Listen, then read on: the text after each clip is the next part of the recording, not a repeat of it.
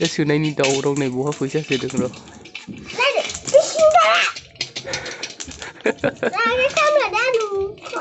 माथो रोंदा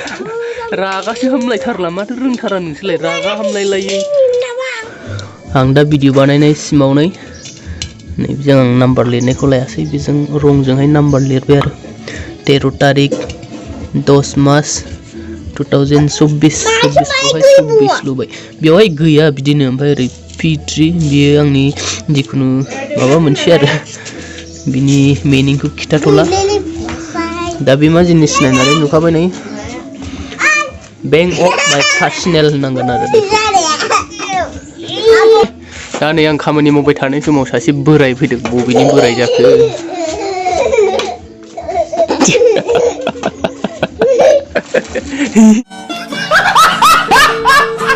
मा नायलांदों आं बेखौहाय दिवाली बा कालि फुजायावनो सेरफांगुरि बाजारनिफ्राय लाबोदोंमोन आं बेखौ कालि फुजानि भिडिअखौ जाय बेखौ लाबोनायखौ नुखादों जानो हागौ ओमफ्राय बेखौ दिनैसो इउज खालामगोन आरो ओमफ्राय मा खालामगोन नायलांबाय थादो ओमफ्राय चेनेलफोरबा लाइक कमेन्ट शेयार साबस्क्राइब खालामदो जा दावरावथार गथ'फोर दङ नै सासेबा बोराय जागासिनो दं ससमा थफा लालायनानै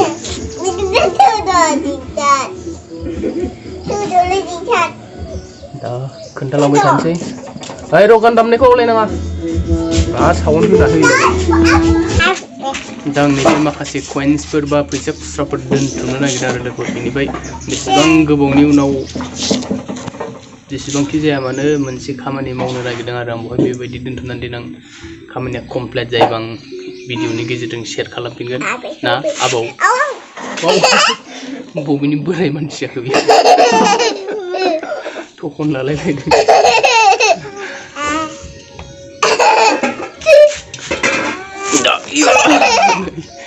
फैसा खुस्रा बबेनिफ्राय लाबोखोथाय जिखुनु दा आरो भाई बाव सासे था र' बावथा सासे मानसि दावराव एथ' दावराव जानाङा जिमिया बावथा जिंसारालाय बावथा जिंसारा मोजाङै था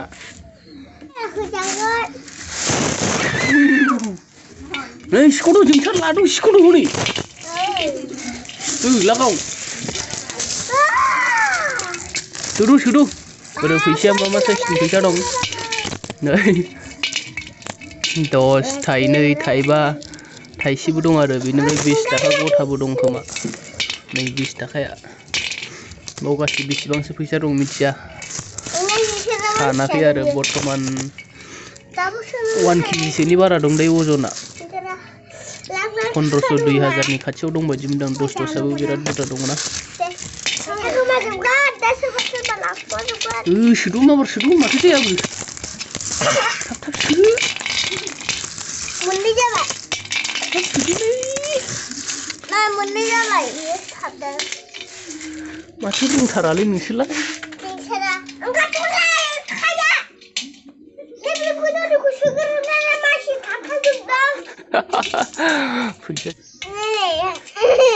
सोनो मोनाखै नोङो नोंसोरा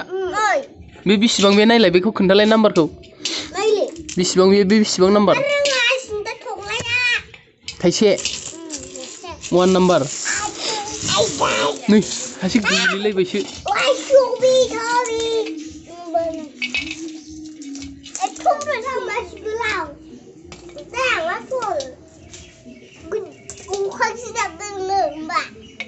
अख्रांसो जासिगोन नामा बोरै अबेसिम जाखो माथो आखायानो बुङाखै बेयो बोरै अख्रांसो जानांगौ जाखो इयौ देग' थाम्फै दांग्रा गिदिर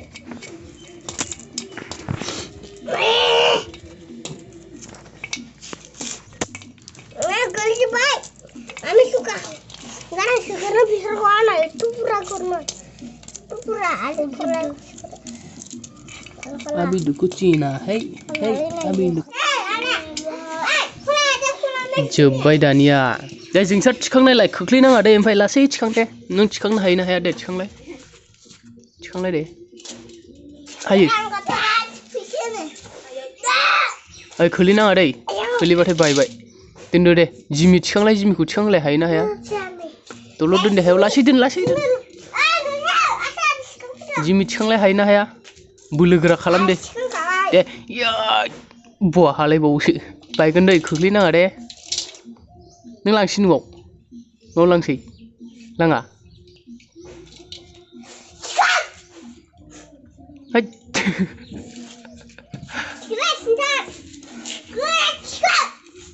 जोंसारा हायालै थिखांनो जोंसारा बोलो गोरा नङाना लाय जोंसारा हायालै बोलोआनो गैया जोंसारा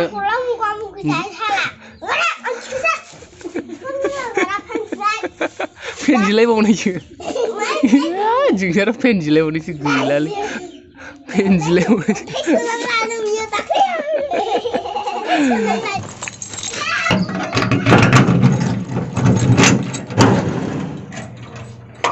नै बेयावबो दंबावो नै यो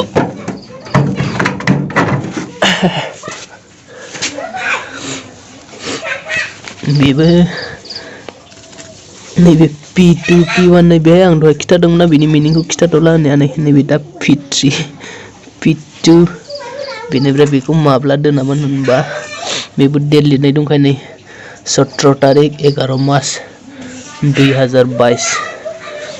बियो फुल जाबाय दे लोगोफोर औ नै नुफोरजोबो नै बहुत थिग जाबाय बियो बाव बेसेबां दं मिथिया बाव खालि थाइबा 10 थाखाल' दं आरो ओमफ्राय इसेबां माने शेयार खालामजोबला आं देनांहाय मोनसे खामानियावसो बाहायनो नागिरदों आरो बेखौहाय जेब्लानाखि खामानिया कमप्लिट जागोन अब्लानाखि आं भिडिअ बानायनानै खिथाफिनगोन आरो लोगोफोर दा मा खामानि बाहायगोन बेखौ सोंनांला आरो सोंबाबो आं खिथाखाया दा बिनिफ्राय आं उनावसो अलरेडि भिडिअनि गेजेरजों खिथागोन आरो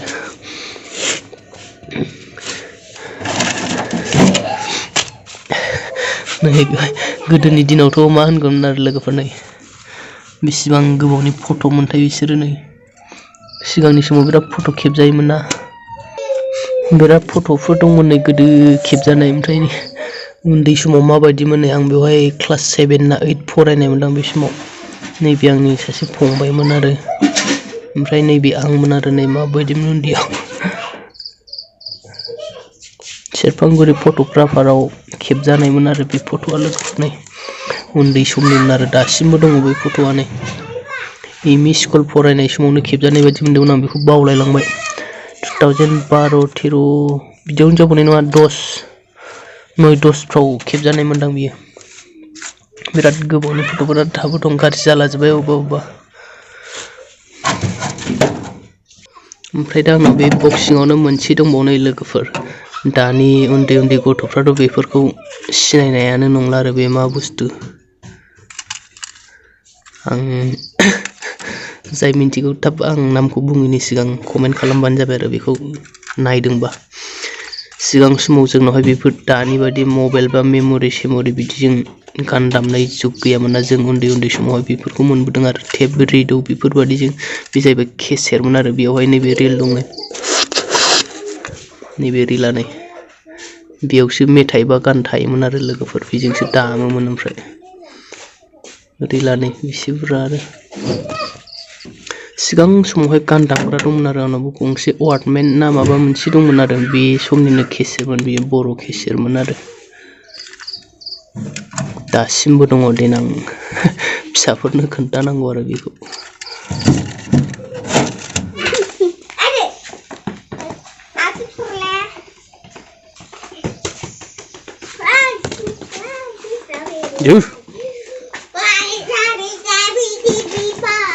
ओरै फाइल टाइल नायलाबायनायावहाय